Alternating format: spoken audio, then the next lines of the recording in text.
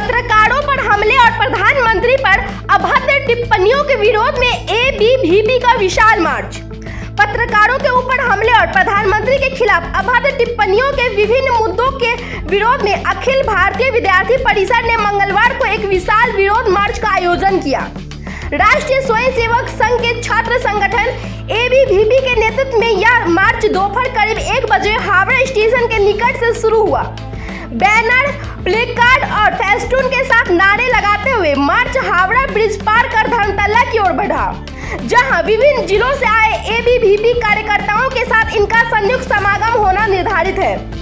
आयोजकों के अनुसार हावड़ा जिले के विभिन्न कॉलेजों के हजारों छात्र छात्राओं और परिषद के सदस्यों ने इस मार्च में उत्साहपूर्वक भाग लिया।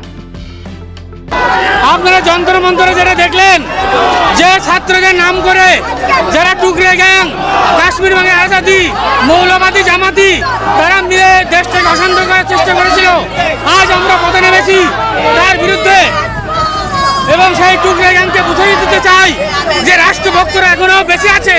এইটাই আমাদের বক্তব্য, এই জন্য আজ আমরা পথে নেমেছি। কোথায় যাবেন আজ? কত পর্যন্ত র্যালিটা কত পর্যন্ত আছে? র্যালিটা আমাদের ধর্মতলায় গিয়ে শেষ হবে।